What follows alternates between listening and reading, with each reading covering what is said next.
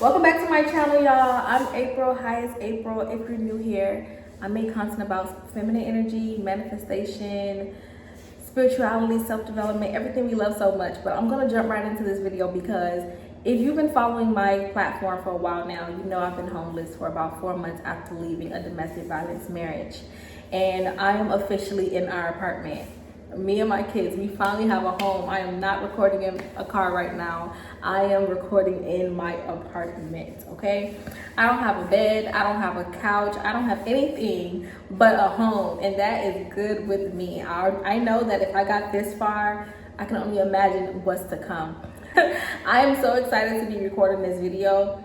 And at first, when I first got the apartment, it was totally surreal to me. I couldn't believe that this day had finally come where we had a place to call home. So it took me a minute to get in front of the camera and record about it. I've been here for about 2 weeks now.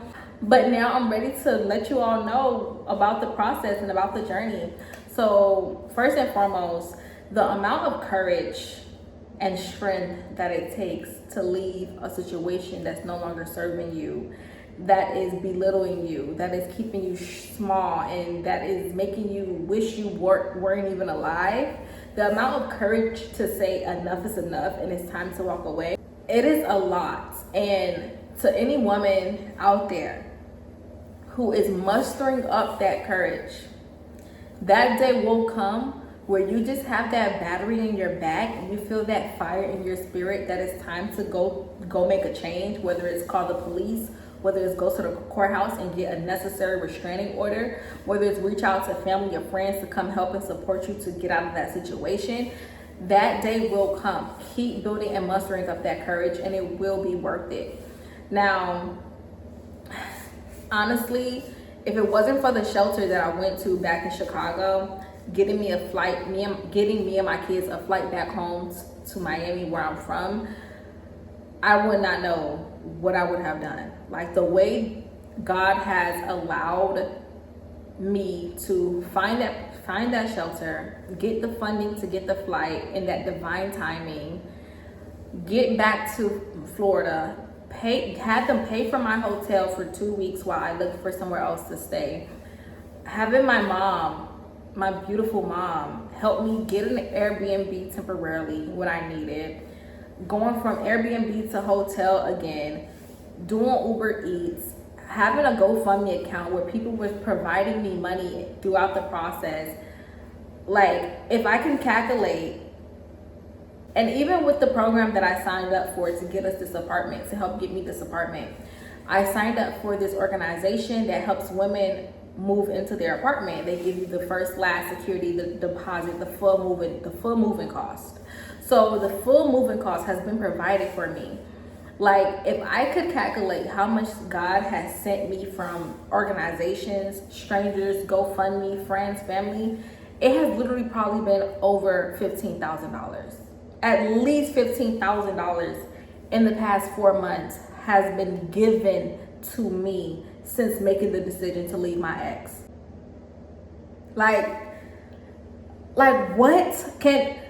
What can you believe that? Can you believe that me simply making a decision and saying enough is enough, building up the courage to walk away, that God has allowed everything to unfold so perfectly to the fact that I've been supplied, every need has been supplied to this very moment. My kids being in daycare and the funding to allow them to go with me only having to pay little to nothing every week. The flight to get here, the hotel stay, the organization that helped me get my apartment, the GoFundMe deposits, the lovely people I've met online. And just to shout out one person in particular, Erica J. She's an entrepreneur here from Miami, Florida, who I reached out to and I shared my story with her. And she's been a motivating force for me to leave my situation. The way that she's just naturally provided for me in my time of need, shared my GoFundMe, donated to my GoFundMe, and just got my words, got my message out there to the public. It has been a blessing. And then on top of that, me still being able to show up, make content, make posts, make TikToks, take care of my kids, my daughter, my son, and to be as emotionally sustained by God in this time. It has taken so much prayer. It has taken so much patience. It has taken so much courage. It has taken so much willpower that I didn't think I had. I had been told that I had no willpower. And the amount of willpower that it's taken me to get here into our home and to do the thing that matters most, change the trajectory of my children's lives, it has been nothing short of divine. I also want to say that this time has been nothing short of hard. Like, I am tired. I'm tired. I'm exhausted. I could barely celebrate this win of receiving a place to stay because I'm still so tired. But here's the thing. The way I go to God now, and I feel like this is why all of this has even happened, because God understood that when you're in turmoil, you start to understand that you cannot live abundantly and happily without going to God consistently in all things, in all ways. I mean, you should be going to God for small day-to-day decisions in every moment. God, should I buy this shirt? God, what color should I wear today? God, should I eat this meal? God, you should be talking to the spirit within you, your higher self, at all times. And it's very clear that I have to go through this extreme situation so that I can get back in communion with Source better than ever. I won't even say back in communion, to finally establish a relationship with God that helps me understand that I cannot sustain a life worth living without a relationship with God. There is no success, happiness, wealth, joy, health, abundance without a sustainable relationship with God. And I've been taught that every single day because I'm tired. In my own human flesh, in my own body, in my own mind, in my own ego, I'm exhausted. Like, I would not even want to exist anymore if it was just me. But now that I've invited Source in to give Source my burdens, to lay my cares, my worries, my anxieties, my cravings, my addictions, my frustrations onto Source, onto God, I can come up for air and breathe a bit.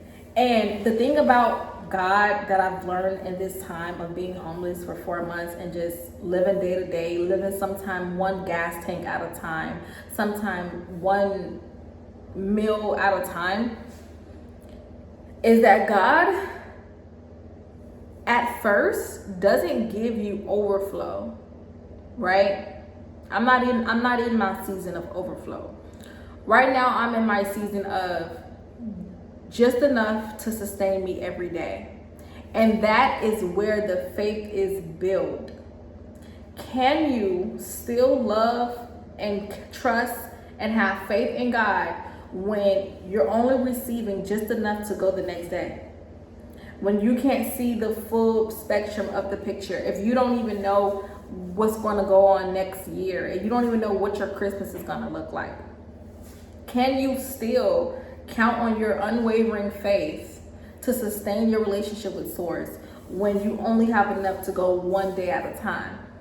And I'm being quite tested, but I cannot lose and I cannot fail. I can never lose because my destiny is already mapped out for me. The perfect plan for my life is already exists. I'm just living it. All I'm doing now is walking the way of a path that's already been open for me. So just with that being said, I understand that when I use my voice and I come online and I tell people, hey, if you're in a situation that isn't serving you, leave. I can say, look at me. If I did it, I know for certain you can do it too. Because I've been terrified. I woke up, I don't know if I've shared this on YouTube yet, but I woke up New Year's Day.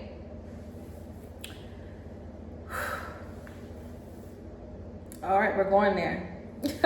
I woke up New Year's Day, 2025, in a bed, and I visualized taking a gun and going outside at the home that I was at. I was staying in a home that was chaotic and not safe.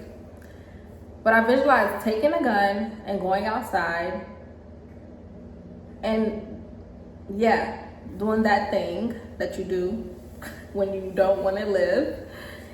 And I visualized it.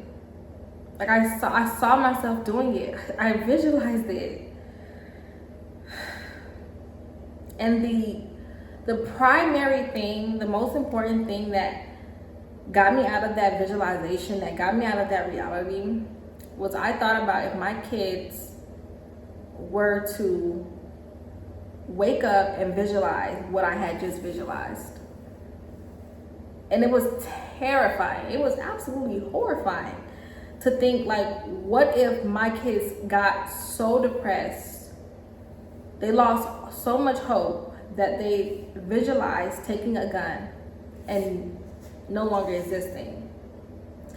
And I had to shake that feeling off of me. And that was this year, 2025. I woke up New Year's with that thought. Ever since then, it's like God has been telling me, you cannot do this life thing alone. You cannot do this life thing in your own mind, in your own world, in your own thoughts. You need to cast your burdens onto me, or else life will not be worth living. And by me doing that is how I show my kids to do that, to avoid them to ever getting to that place that I've been mentally and emotionally.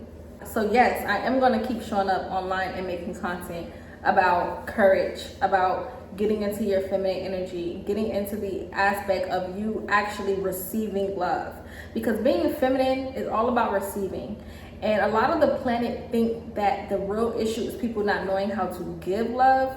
But I believe that the primary issue in this world is not knowing how to receive love.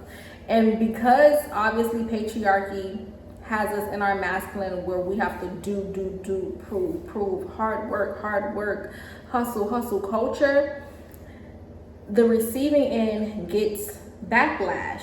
You look weak if you just relax and do nothing and just let your presence and your essence be your currency. So yes, I'm going to continue to say, I made $15,000 that was given to me by God, and I didn't have to work for it. I didn't have to work hard for it. All I had to do was be a woman, make a decision to choose freedom, and it was gifted to me. I put myself in alignment. I allow myself to be received. I allow God to protect and provide for me. I'm sorry, someone was calling me. But I allow myself to be a woman. I allow myself to receive, and I allow God to protect and provide for me, because I made a decision that I was worthy enough to not be abused. So yes, that is a life update. I did want to let you all know that I am stable in a home now. The bills will be paid because God is a provider. I'm going to stay doing my affirmations, stay doing my mirror work, and remember who I am, to never ever again go back into a situation like that. And now it's strict over here. I'm going to be making more content about dark feminine energy and how to basically have discernment of when you're dealing with a predator, because now obviously I can spot one from a mile away. But thank you for watching this video. If you've been here, make sure you hit that like and subscribe button. I love you. Thank you for existing. Make sure you DM me on Instagram and TikTok, because I am providing coaching services for women. I'm also doing Voices from the Highest, where you can get a channel message from me. Lock in with me. I love you all. Until next video.